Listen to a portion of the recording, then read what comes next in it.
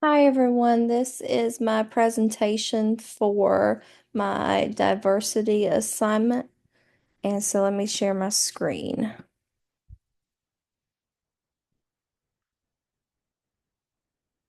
So for this assignment, I decided to tackle autism, race, diversity, and family factors. And this is for SPCE 682. I'm in section 813. So some of the questions that we will be tackling for this assignment is, do those with ASD face different hardships based off of upbringing? Does foster care provide all essential support to children with ASD? And does race and finances play a role in treatment? So first off, just a brief overview of autism spectrum disorder. What is autism spectrum disorder is often labeled as social communication difficulties, repetitive behavior, sensory sensitivities, are some of the most common labels when we think of autism, and those would definitely be accurate. To dive a little deeper into that, there's certain criterias that someone has to meet in order to be diagnosed with ASD. And it's always important to remember that not every person with autism is the same and a different set, and each person has a different set of interests and behaviors. So, just thinking about having those different sets of interests and behaviors, we're going to address stereotypes and biases that people often have when it comes to autism. So, first off, we're going to tackle biases. So, biases, as you see here, are beliefs and opinions that people are unaware of that reinforce stereotypes. So, I just tackle some of the more common ones that you hear people, if you were to survey 100 people, they would say that people with autism have limited abilities, typically a lower IQ, socially awkward, and lack empathy. Those are just some of the main ones. Of course, there's multiple others, but those are some of the main ones that I just wanted to state. And then that leads us into stereotypes. Stereotypes is beliefs about a group of people that's based off assumptions and not individual characteristics. So some of those, as we see here, is autistic people cannot have a job. They're often aggressive, violent. They're unable to have relationships. So on and so forth. Friendships. I mean, anything you can think of. People often have that stereotype when it comes to autism. So we're going to talk about that as well today. So, something I wanted us all to keep in mind as we are discussing a very heavy topic is cultural competence. So, you may be asking, what is cultural competence? Is understanding and appropriate responding to the combination of cultural variables and dimensions of diversity that professional and client or their family bring to the table. And so, as clinicians, we must take the time to understand each and every person's culture and not just our own. Cultural competence is essential because diagnosis is often based off caregiver report. And so, without having full cultural competence, treatment can be inhibited. And as a clinician, that definitely is the last thing that we want to happen. So just keeping cultural competence in mind throughout this whole presentation is essential. So the first topic we're going to tackle is diversity factors and how they relate to ASD. So one of the main diversity factors is a language barrier. So I was reading a study and it showed that Latino groups of children are often misdiagnosed due to language barriers.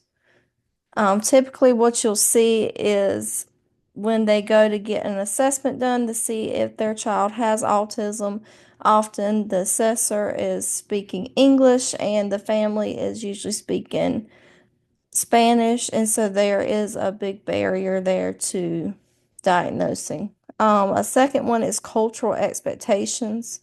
One of them is in the Latina culture. I learned that eye contact is considered rude, and therefore it would never warrant further suspicion. Disclaimer, I'm not saying that lack of eye contact is a main symptom of autism, but we have seen that along with other social cues that it could be uh, play a factor in it. And then a third one is access to transportation and medical care. That's often a big factor. Also, I feel as though that plays into language barriers as well. Economic status, and so a different survey was done, and it showed that lower income families were not able to receive services as quickly as higher income, which is very unfortunate. And also that rural families were not able to receive services as often or at all. Then race also played a major role. So minority groups such as blacks and Hispanic had more delay in receiving diagnosis compared to white families.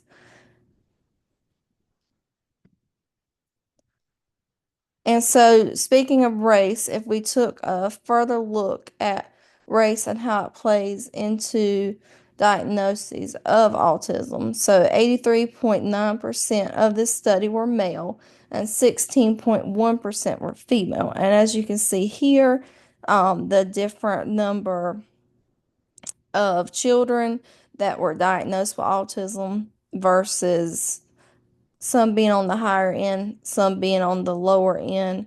And as we can see in this chart, that predominantly white families were often diagnosed quicker with autism than minorities.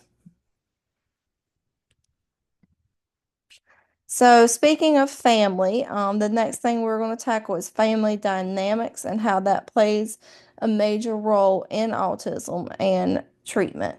And so, what is a family dynamic? I'm glad you asked. It refers to the pattern of interaction among relatives, their roles and relationships, and the various factors that shape their interactions. Who is affected by family dynamics? Everyone.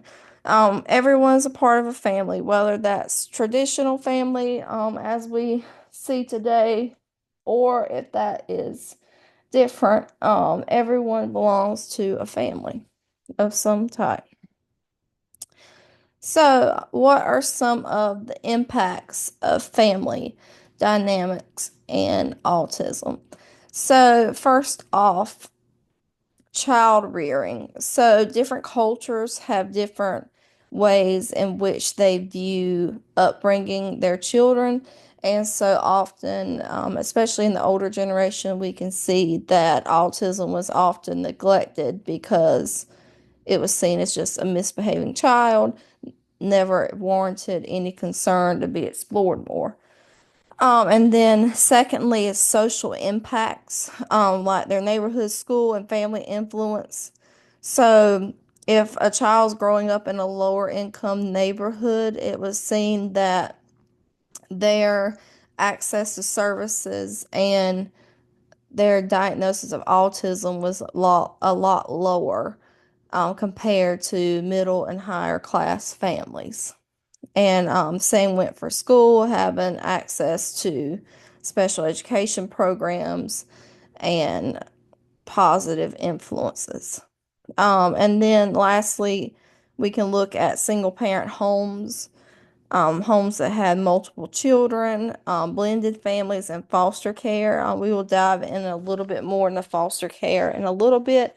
But these all had major impacts on the child with autism. So, we're going to look at two personal stories from two different perspectives. Our first story is going to be Carolyn Johnson, and it's going to show us a perspective of foster care and special needs. And our second story is going to be Juan Diaz, who's going to show diversity and how that influenced ABA therapy. So this right here is Carolyn Johnson. Carolyn is a disabled adult. She was 7 years old when she was placed in the foster care, and she moved between many different families. And she never fully understood why or what was even happening. So Carolyn gives insight to how the families that she was placed with were not prepared by the foster care system of how to bring up a child with disabilities. So often those families would just say they can't continue to care for Carolyn, and so she was labeled as unwanted. And then she also experienced abuse, and she said that often children with disabilities have an increased risk of abuse, homelessness, multiple families, and greater isolation. So also to take into account with this is that the foster families are very under-equipped for all the needs that come with having a special needs child. And so they don't understand or they're not prepared for the higher living expenses, the medical care, the therapies that are needed, the additional help that's needed on day-to-day tasks. Like they're underprepared for that. And so there's a huge gap in that system of them moving from home to home. And our second story is going to be Juan Diaz. So Juan is 4 years old. He's nonverbal. He's been diagnosed with ASD. Juan is raised by a single mom, and his mom is mainly speaks Spanish, very little English, and so her son has just started using an AAC device. Just a little brief overview. AAC device is an alternative communication device in which a child that's nonverbal can use to communicate their wants and needs.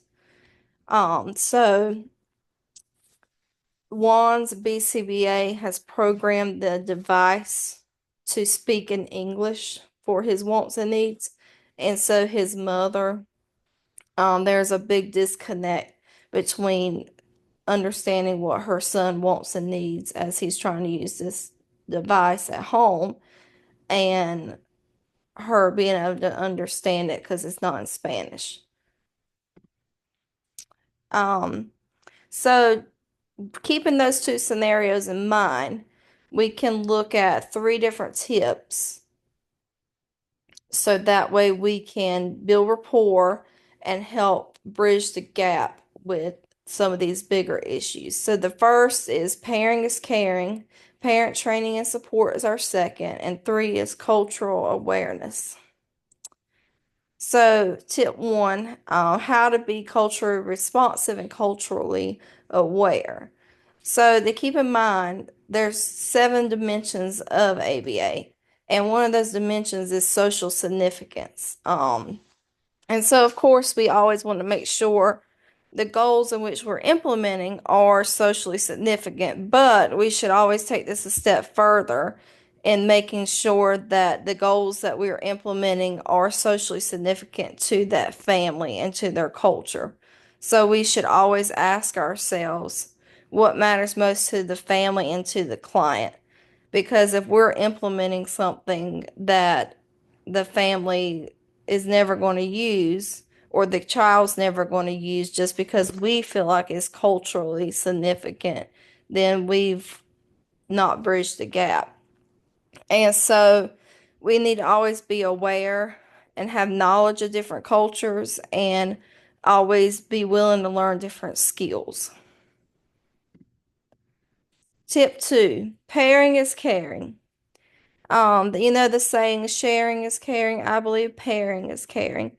Um, so just a brief overview, what pairing is. So it's to imitate, engage in clients' preferences and establishing yourself as a reinforcer. In ABA, we use this terminology all the time. pair with your client, pair with your client, pair with your client. But something I believe that we should always take a step further as clinicians is to pair with the parents or the caregivers.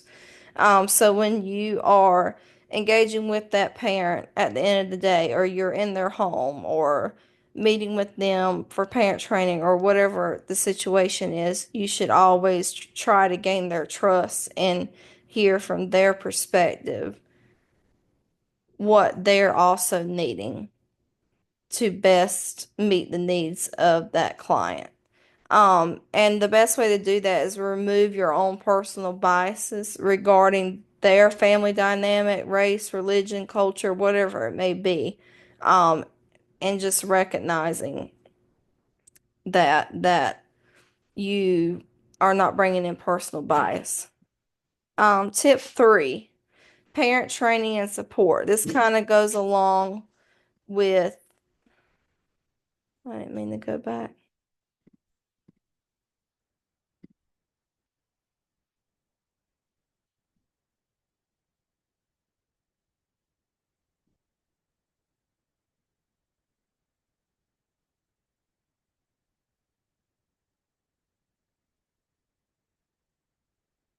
Hold on a minute. Parent training and support. So first off, when we're providing parent training and support, we should always be looking to provide resources and community to parents and caregivers. Um, Obviously, we cannot, you know, breach any ethics codes or anything, not saying that. But if there's, some community groups, or maybe like blog or a podcast or something like that that you can recommend to the parent, that's always a great idea to be able to do that.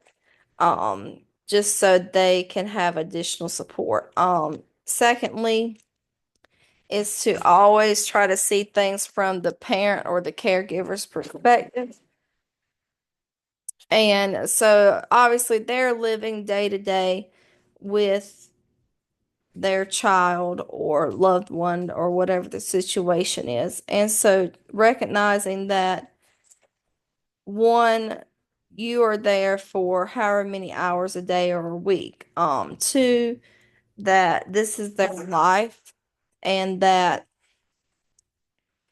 what they have going on is, a life-changing thing. And so recognizing that and being able to listen and understand from their perspective is essential.